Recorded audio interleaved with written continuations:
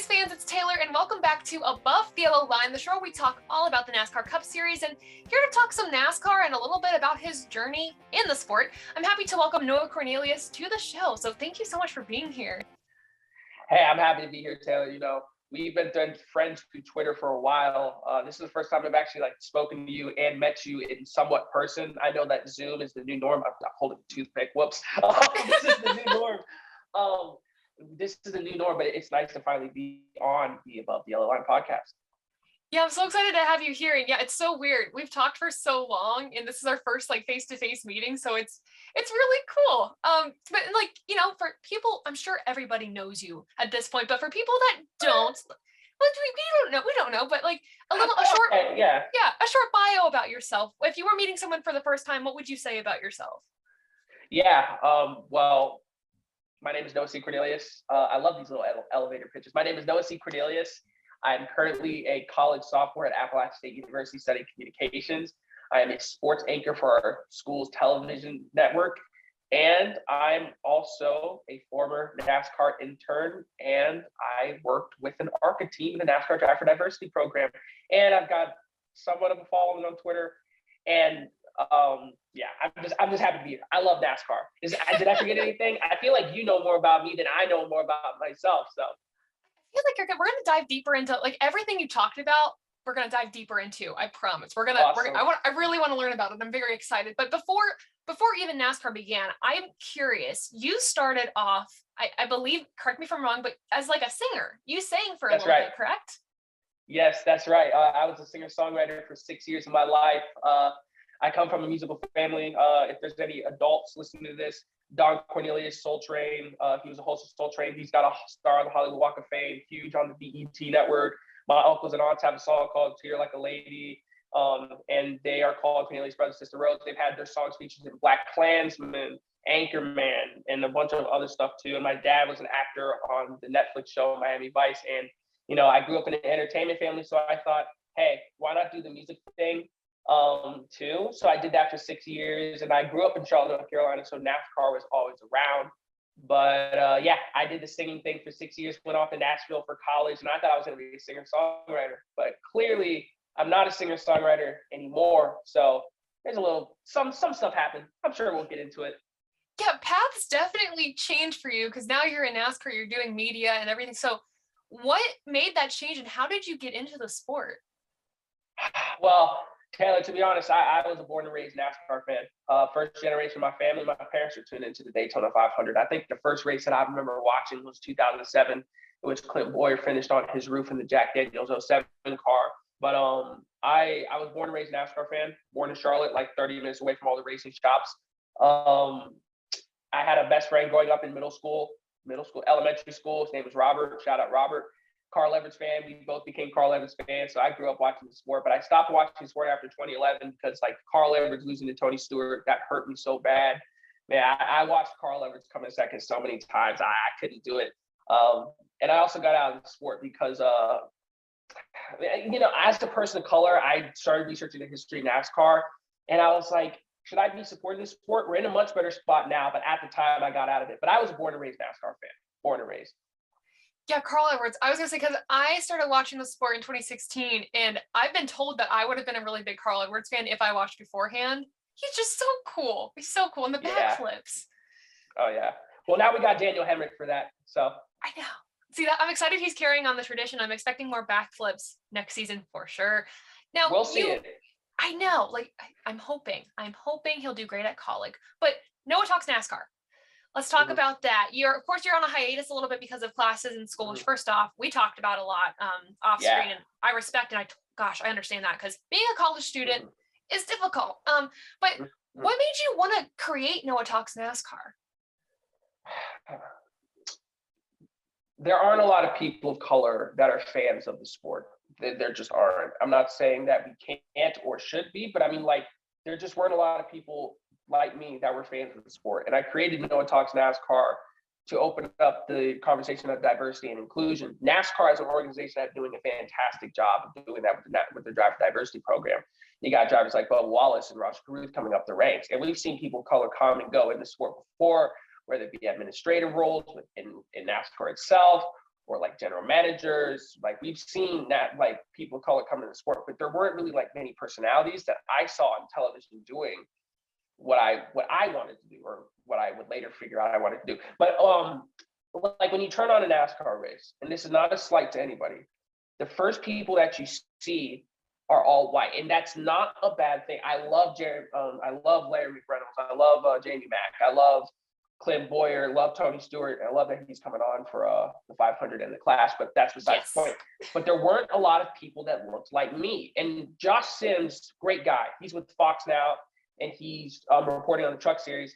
It was him and Brad Doran, and no one else doing the media thing. So I thought maybe if I could start a podcast and create the dialogue, diversity, inclusion, I could someday find myself doing what they're doing on TV. So I created Noah Talks NASCAR as a fan to open up that dialogue of what it's like to be a fan and a person of color. But it wasn't as much of me putting on my racial identity on people as it was like, hey, he's a NASCAR fan who just so happens to be Black. And I loved doing that podcast. And like we said, I am on a hiatus right now. And that sucks because like I loved having dialogues and telling stories, much like what you're doing with your show. But where I'm at in my career now, I no longer feel like the podcast is necessarily a necessity. It helped me network. It helped me get guests on the show. People remember me. They're like, Noah Talks NASCAR. I'm like, yeah. But that's why I created Noah Talks NASCAR, to open the conversation on diversity. And I think it did just that. So now it's up to me as a person to continue to open up that dialogue by moving on in my career. So. And on your show, did you have a favorite interview? Oh man, yes, I did. I had Raja Caruth on twice, and it was the second time after the Alpha Prime, announcement. I'm not sure if I ended up posting that, but if I did, it's up there. I haven't done it in so long. Oh my goodness! But I loved having Raj on the show because he's a good friend of mine. Love you, Raj. You good people. We were joking about how we both worked at Rev Racing for a while. Well, he drove, I worked. How we were both at Rev for a while, and we would always talk about like Broadway. He's an artist of, he's favorite artist of his, and we hit it off. Raj is like a brother to me, so that would probably be my favorite interview. But there's a lot. I need to get like a list out and be like, oh yeah, I love this one and this one and this one and this one. But off the top of my head, I just Raja, because he's a good friend of mine. And this is totally derailing. This is not about NASCAR at all, but you just mentioned musicals like Broadway. Do you have a favorite musical? I am so curious. A favorite musical. I was a musical theater kid in high school. Me too. I was. Hey, that's why you're friends, right? Yeah, there we go. In high school, oh man, Thoroughly Modern Millie. It's kind of obscure compared to other ones, but I love Thoroughly Modern Millie. Sutton Foster, we love.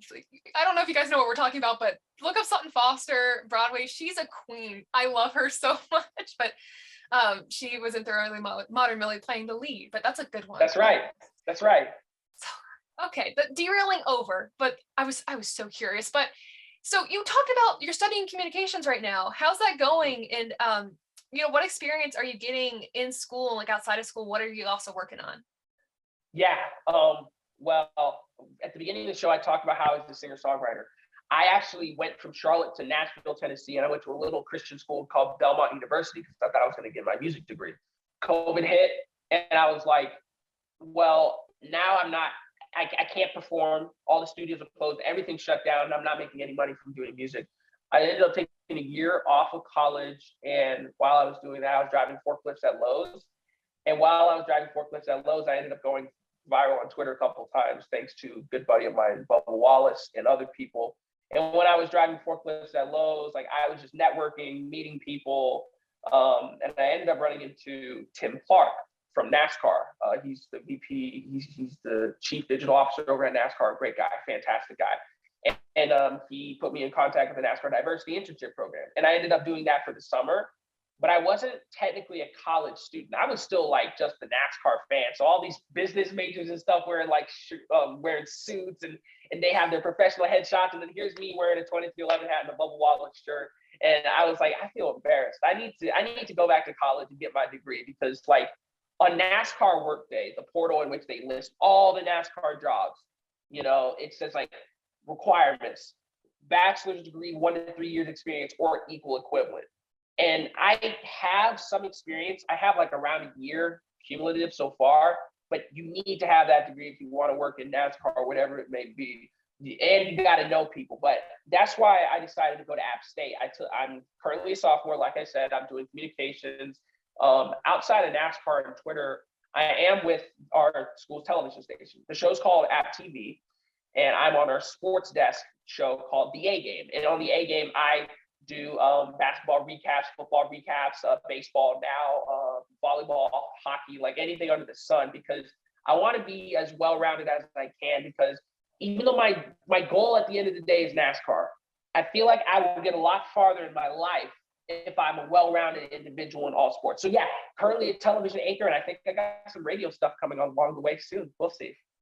Yeah, I think something I've learned too, and you brought up a really good point. It's so important that if you want to go into NASCAR, you know all sports, you're well-rounded, you're able to do a little bit of everything. Definitely, I learned that this year, doing hockey broadcasting radio. You're gonna be so good at radio. I can feel it. Like, get yourself on a radio station, you'd be awesome. It is one of my favorite mediums of communication. It's so fun. And then the technical side is cool too.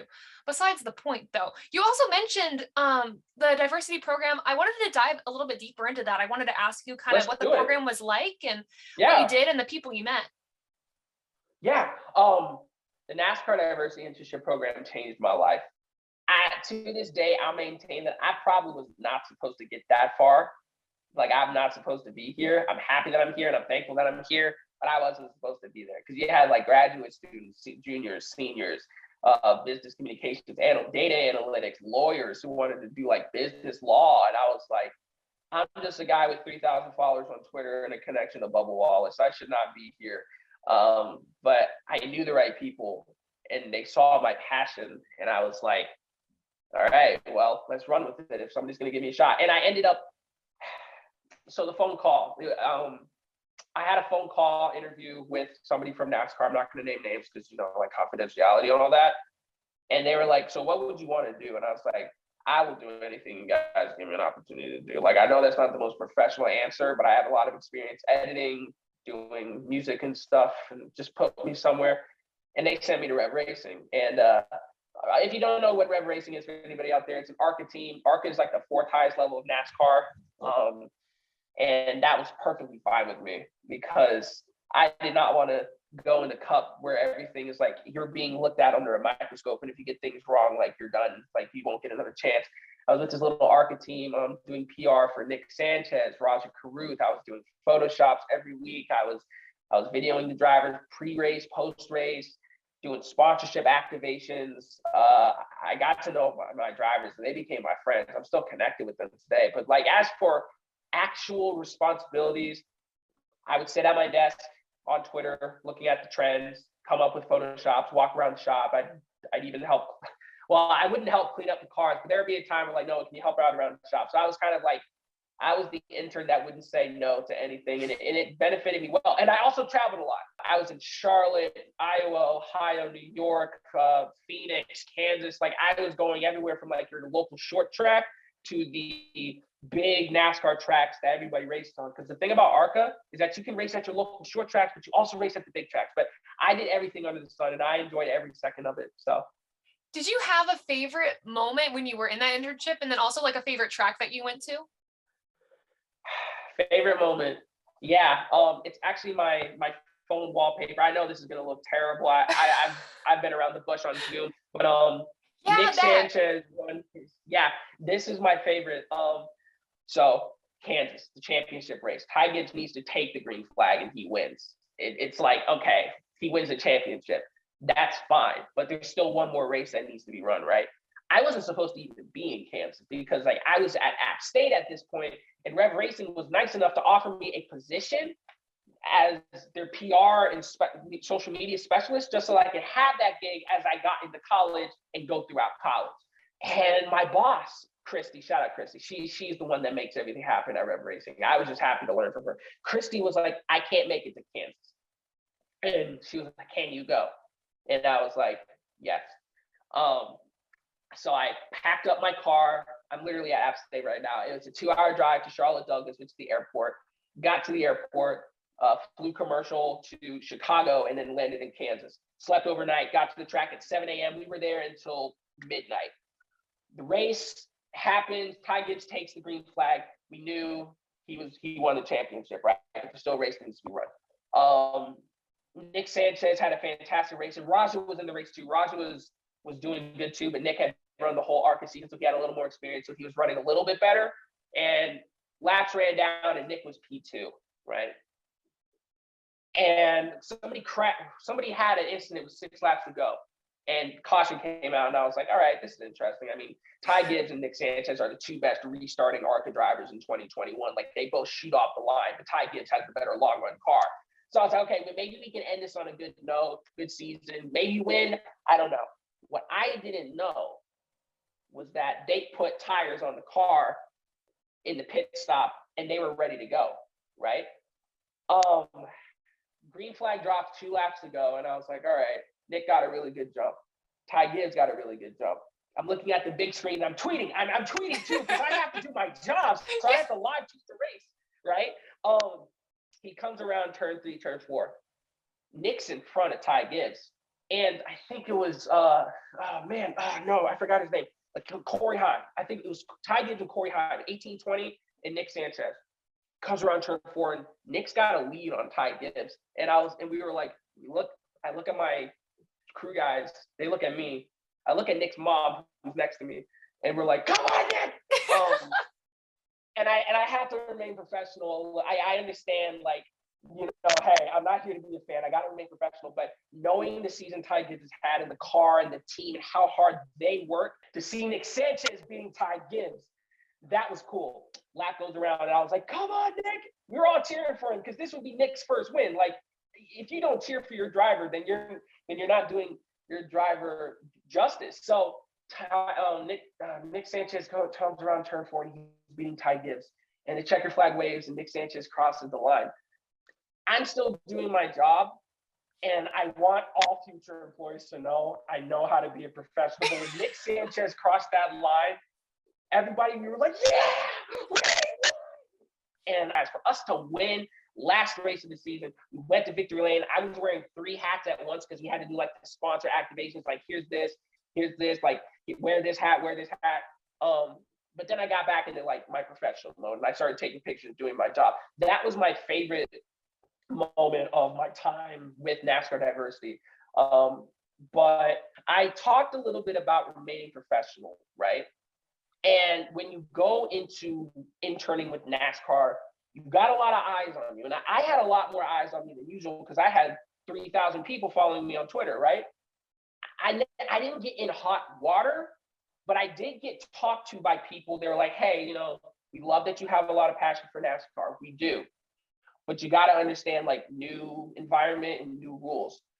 So that was what I had to work on. So when Nick Sanchez won the race, yes, I was freaking out. And I know this Zoom call is going to make it seem like I was going off the walls crazy, like throwing stuff, doing stuff. We were all celebrating. But me as a fan, like, I had grown enough to know, like, hey, I'm here, got to calm it down a little bit. So yeah, that was my favorite moment, because I got to enjoy it as a Nick Sanchez fan, and I got to enjoy it because I was a part of that team, not just as a fan, but as a professional. So, you know, you bring up a good point with separating professionalism from being a fan. And I know there's a lot of us either who watch the channel or on Twitter who want to be in the industry as a professional. How difficult was that for you to separate being a fan and a professional, and how long did that kind of take to learn? It took me a little bit. It took me like a month at least. I know that doesn't seem very long, but when you're working 8 to 5 every day, every week with NASCAR Diversity, that's a long time. And I know, like, maybe I'm not putting myself in the best light by saying this, but it's like, I just didn't know how to act. And I know if employers see this video and they're like, whoa, he's a fan, did he not know how to act? Like, I know that's not going to make me look good, but I'll be the first one to admit, I did not know nearly as much as I thought I did. I thought because I was a fan of the sport, I knew how to act. I knew how I could behave. No, you don't. Obviously, when there's drivers around, like, you don't mess with the drivers, like, when they're working, especially when you're as an intern. So I didn't do that, but I would still tweet my opinion freely. I would still talk about this like I was Stephen A. Smith. But Stephen A. Smith has 25 years on ESPN and doing his stuff as a beat writer. Me, I just had a Twitter for a year and a half, and I just got this internship. I don't have the platform or the prestige to say like, man, that race sucked. And oh my God, here's Bubba Wallace's dog. Isn't he so cute? Like, I can't do that stuff. So I got talked to a little bit like, hey, like I was saying, like, it's great that you have a lot of passion for the sport, but this is a business. And at the end of the day, sponsors drive NASCAR. And if a sponsor sees somebody post something so outrageous, so extravagant, they say, hey, we don't want to do this anymore. If this is you're associating yourself with, like, that's why at the end of the day, like even the smallest tweets on Twitter that you don't think are bad, people might see that and their opinion of you might immediately change from good to eh. That's why I had to, like, before I got the internship, I was tweeting like 60 times a day. Somebody from NASCAR told me, like, you're tweeting 60 times a day. Maybe tune that down to 4. And I was like, okay. But the problem is, like, when you have a platform on Twitter as a content creator, you don't want to let go of that because it feels like it's your life, you know? But I found a good balance of that with Rev Racing and doing my podcast for a while. But yeah, no, it took me like a month. And I'm glad that people bear with me because, like, if I was like a business major, junior, senior with other internship experience under my belt, it would look a lot worse than somebody who's literally never interned with never interned ever and has never had experience working in a professional environment such as this. So knowing that, I had the right people around me. And again, like, I know you said like, oh, you're fine, but like, I'll make this quick. I had the right people around me. I had the right people who were like, don't say this, keep it blunt. You're going to need people to keep it blunt with you. You can't have people always yesing you like, yes, do this, do that, do this, because they might be wrong.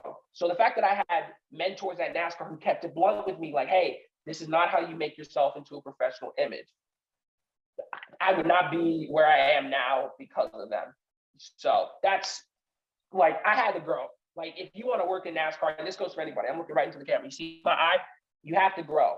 You have to do your research. You have to be prepared to let go and sacrifice some things that you've always known. So yeah, being a content creator, you hit it right on the head there. Being a content creator is so different than the business of it all. They're not the same thing. They're very different. They require very different sets of professionalism and skill. And sometimes they intertwine, like people skills, absolutely intertwine. Right. But if you want to be in the business, and obviously I do not have nearly as much experience as you do, but as I'm learning really fast, you got to separate things out and you have to make sure, it's a big commitment. It's a time commitment. Is that what you want?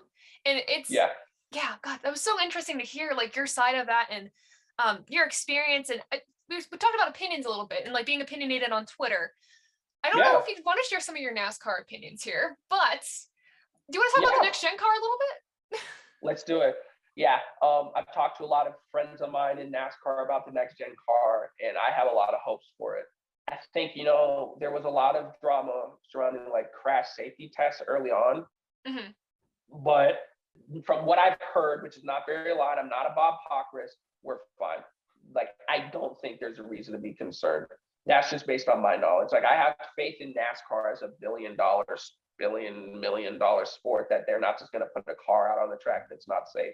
People hated the car of tomorrow, but they never would have put that car out on the track had they not felt like it was safe. So I have the same feeling about the next gen car. There's so many eyes on NASCAR going into 2022. You're literally putting this brand new car in the biggest entertainment city in America, in LA. They're not going to put something on the track that's corners cut, that's not safe, that's not good. And it's a new track, but we're not talking about the track. We're talking about the car. I think the car itself is great. I like the single lug, faster pit stops. Formula One has a single lug. I don't see anybody getting mad at Formula One. Well, that's a lie, but that's not why we're not. This is a NASCAR show, not Formula One. But I like the next gen car. It looks like a real car from the front. Like the reason why I want a TRD Camry is because the stock car next gen car looks like a real car, and I want to be able to replicate that. They all look good. They hit the design right. And I wish I could talk more on the technical stuff for this, but that would be more of like a Bozy Tatarovich question. I feel like I said his last name wrong, but Bozy on Twitter, he's the tech guy. I wish I could talk about like the tech stuff, but I don't know. I'm not an engineer. I'm a PR guy, but for all intents and purposes, I love the next gen car. I think if there's one thing I've said on my channel more than something about probably Ryan Blaney being the face of the sport, or how I feel like he'd be a great face, or something about like I'm gonna jinx everything because I jinx everything all the time. It has been, Oh God. yeah, we're gonna also talk about like our predictions for next year. And I'm sorry if you jinx something. I swear it's this channel. We jinx things all the time. Hey, you're the jinxer. I'm just giving my Just here. I'm just here. I'm just here having a good time. All right. But yeah, if there's anything I think I've said more than anything, it's like, have faith in the next gen car, be patient with it. And also that I'm not a mechanic. And I don't know the technical side of things. But speaking of the next gen car, if you're allowed to say, do you have a favorite paint scheme so far, or do you think a manufacturer has done really well with theirs? Yeah. I don't really have I don't really have a paint scheme that I hate. I think they're all solid given with what we're working with the pushed forward numbers. I think it's going to take some time for the design teams to break in. But if I could pick a scheme off the top of my head, like I like Kevin Harvick's Ream.com scheme. We saw 2 Ream schemes. We saw Christopher Bell's, not bad. I think, I wouldn't be surprised if they make changes to it next season or down the line this season. It's not out of the designer's discretion to do that, but we don't know. But the Ream scheme for Kevin Harvick, it's solid. You got the Ream logo, then you got Ream.com. It serves a purpose. That's why NASCAR pushed the numbers forward, because they wanted to increase sponsor space. And with a car like that, you will not be able to mistake what's on the car. I wish I could think more off the top of my head. I've been spending less and less time on Twitter because of exams, because of exams and because of college. But that's the scheme that comes to my head. Yeah, I would say, well, first off, the time on Twitter, my screen time I think went down like 46% since I started started classes again. It's a good thing. It's good. It's a good thing. I feel like I have a very unhealthy obsession with Twitter just because I love the communication aspect. Social media is such a love-hate thing for me, but I find it so fascinating for some odd reason. But Kevin Harvick's paint schemes, I think their team has done a really nice job with really utilizing the space, especially in, like you mentioned the Ream.com on like the side right above the back tire. Like I feel like everyone should kind of go that route with the website on there. I think that looked really nice. Yeah, I mean, we will see. It's really early in the season, like we said. I mean, designers make changes. I remember the iFly scheme with Daniel Suarez when Trackhouse first became a thing. They changed the color of the number like before the season even started, or I think it was before their first race. Like we see that. That's why I'm not big on saying like, oh, this scheme sucks, this designer should be fired, because like you don't know the brand standard. That was something I had to. I'm sorry, I had tangent real quick. When I was interning with Rev Racing, whenever I have to make a sponsor promo on Photoshop or a Lightroom, I would have to change the color of some stuff in order to fit the aesthetic. But I didn't know that there's some things that you just can't change because according to my boss, there's something about brand standards. That's why you only see a monster car on the track that's matte black and has the M on it. They have other colors of monster schemes, but because of the fact that you only see one kind of monster car, you immediately know it as the monster car. You can show somebody a pixelated image and then be like, wow, that's the monster car. I understand like people would do like, okay, let's do like the light blue monster can or the orange one or the Pacific Punch. Like I get it, but you can't do that. So with brand standards, like that's why, like knowing what I know now, it's hard for me to be like, man, like these schemes are trash. And I have my schemes in my head where I'm like, I don't think that's that good. But I remember like it's not always the designer's fault. That's all I wanted to say. So. Right, there's definitely a brand standard, and I think that's something we have to keep in mind. I have to remind myself all the time. I'm like, there's a way a brand has to make their product look on the car. So that's a whole thing. I was going to ask you about number placement, but I honestly don't want to go into that anymore. Go be real. Hey, it's your show, your discretion. Well, now I'm curious. Okay, because you talked about it a little bit. You talked about like the number placement. Yeah. Are you a fan of it, or you talked about there's still work that needs to be done a little bit? In my earlier episodes of the podcast, I had Michael Carey come on the show, and Michael Carey has been an absolute good mentor to me with designs and just his knowledge of the sport, and he's just been a great mentor. He's told me early on that NASCAR is going to push the numbers forward, and A, I discredited him. B, I said, you're out of your mind, this looks like crap. My thoughts on that have changed, They have changed. I need to make that clear. I know I just said it looks like crap. It's changed. I understand now. Sponsors coming into NASCAR, they want to get a return on investment. It's a money thing, you know? And it doesn't even look that bad. The numbers being pushed forward, if you do it correctly, the scheme won't even look that bad. And you're opening up the room for more sponsor space and to make a more identifiable car. So, Michael, you got that right. I have no problem with the number placement. And I think, you know, if people really care about the number placement all that much, they can just go watch Xfinity and Trucks, because Xfinity is becoming more of the traditional NASCAR brand. 5 lugs, same number placement, stock car as we know it. You know, the racing is great. And I think if people have a problem with the number placement, we have other series that can appease their wants and desires. But I think it's great because Cup Series, that's the cream of the crop. Sponsors are going to be investing more money than ever into the Cup Series. So if NASCAR can make the car more attractive to these sponsors and get new sponsors in the sport, push the number forward. I have no problem with that. Finally, before we go into predictions, I also wanted to ask you about the tracks this year. We obviously have a few new tracks to the schedule. Are there any ones that you're most excited about, and is there one that you're really nervous about? I'm excited about the Clash. I did everything in my power to try and get out there, but when the plane ticket is $500 and have rent that's due for $500 as a college student, it's just not going to happen. I think the Clash is going to be great. Whatever comes out of it, we've already solidified NASCAR's presence. Right. It's LA. It is LA. This is not Fontana, which is like 2 to 3 hours outside of LA, or maybe San Fran. Like, this is in LA at a historic stadium. We've already done that part. The racing product just needs to be good. I'm excited for that. Other tracks, it's going to be interesting to see Atlanta Super Speedway, as I'm dubbing it, Atlanta Super Speedway. When I was at Atlanta, that was the first race I went to as a NASCAR Diversity intern. That was actually my first NASCAR race I'd ever been to in 2020. Shout out Jeremy Clements, he got me tickets for that. Great guy. When I was at the track in 2020, I watched it go from the stands in the spring and in the infield in the summer. And it just wasn't that great of a viewing experience. And that's not to shade Atlanta or any of the people who run the track, but it just needed to have something done to it. So I'm excited to see how these high banks work.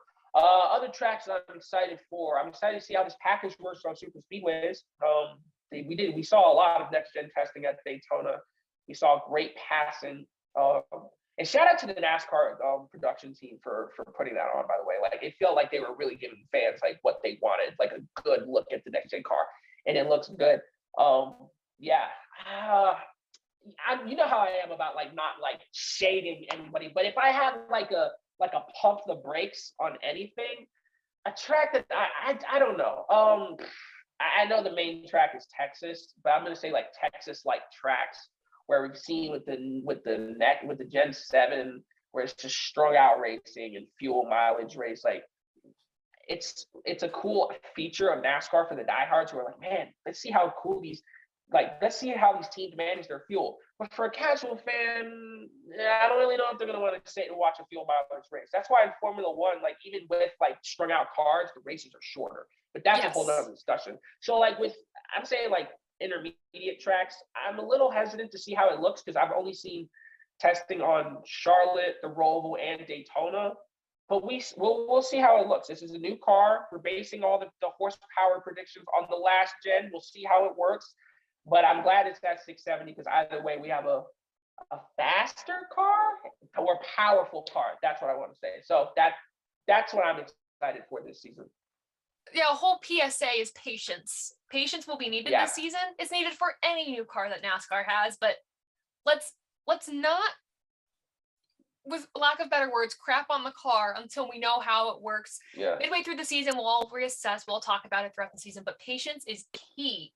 And I mean, if we knew how, sorry, I didn't mean to cut you off, but go ahead.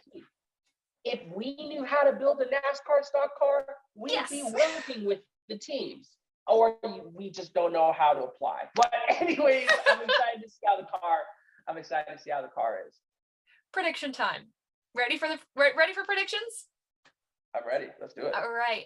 Give me 2 bold predictions for 2022. Tyler Reddick's going to be a multi-race winner. That's my first prediction. Tyler Reddick has been, that's the hope. Tyler Reddick has been really impressing me with how he's been driving. He's been getting better every season. He has. I mean, we saw where RCR was in 2017, 2018, and then in 2020, Tyler Reddick was up there. He was running top 10, top 5 in races. He had some great races. That kid can drive a car. I think he's going to win at the least two races. That is assuming the turnaround with how quickly you can learn the next gen car and a race setting and all that stuff. But let's say in a perfect world, Tyler Reddick's going to win 2 races. My second prediction,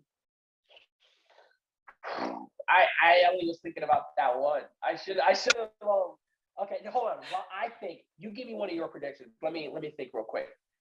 So Reddick was one of mine. I would say, actually, this might be a little too bold, maybe not too bold, but I think Brad is going to have multiple wins this year. And I know it's lesser equipment, but with him being a team owner, kind of having a more inside look on how the next gen runs and maybe having a better look as to how the competitors are driving, I think he could have multiple wins. And I think I've said in my other videos, I think veteran experience might be a disadvantage because you have to unlearn everything.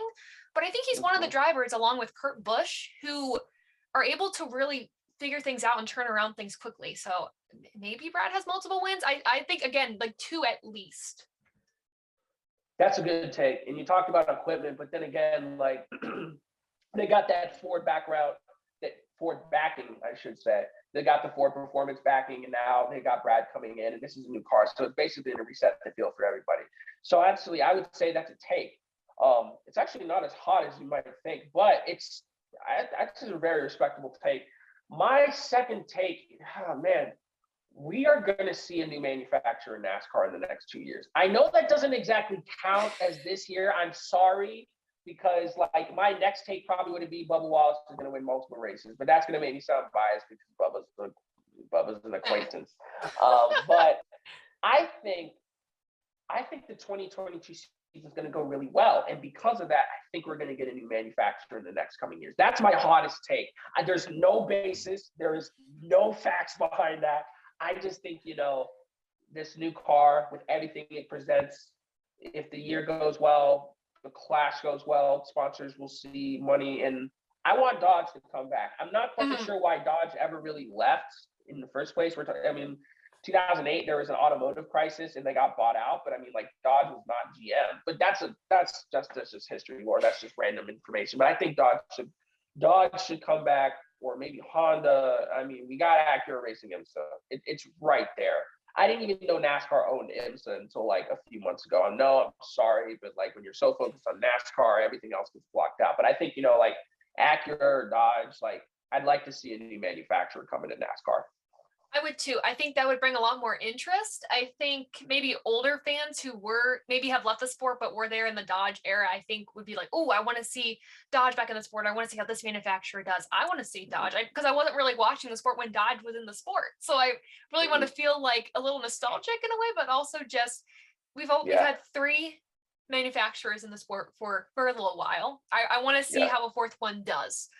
I think that'd be pretty interesting. Yeah, also my hot takes were not that big hot takes, by the way. So yeah, but I got one more thing to say. Like in IndyCar, there's only 2 makes. So as a NASCAR fan, we have a luxury. I mean, people are like, those darn Toyotas, but like, be glad it's not just Chevrolet and Honda. Like we have some stuff to work with. That's no slight against IndyCar. Love IndyCar. Finally, final prediction. Do you have a championship 4 figured out and a champion for 2022? I do. I think Denny Hamlin's going to make it back to the championship 4. That man just lives on making it through the playoffs. Like, he's so good at being consistent every year. I've got, so Denny Hamlin. I've got Kyle Larson because he's just such a raw talent. Yes. I want to say Ryan Blaney, but I just don't know if he's there yet. We'll see. But for all intents and purposes, let's put Ryan Blaney in it. So we got Kyle Larson, Denny Hamlin, Ryan Blaney. He's a good driver. I need to see that playoff consistency. I need to see it. I need to see it. No disrespect to Blaney. I need to see it. And my fourth one, Bubba Wallace. No, I'm just kidding. I love you, Bubba. I need to see a little more. I think we all need to see a little more. That's not a slight. New team. This is only second year of existence. I think it could happen. These guys know. But we said Denny Hamlin, Kyle Larson, Ryan Blaney. That's like such a dark horse pick. You gave me a fourth. I can't think of the fourth off the top of my head. You give me one.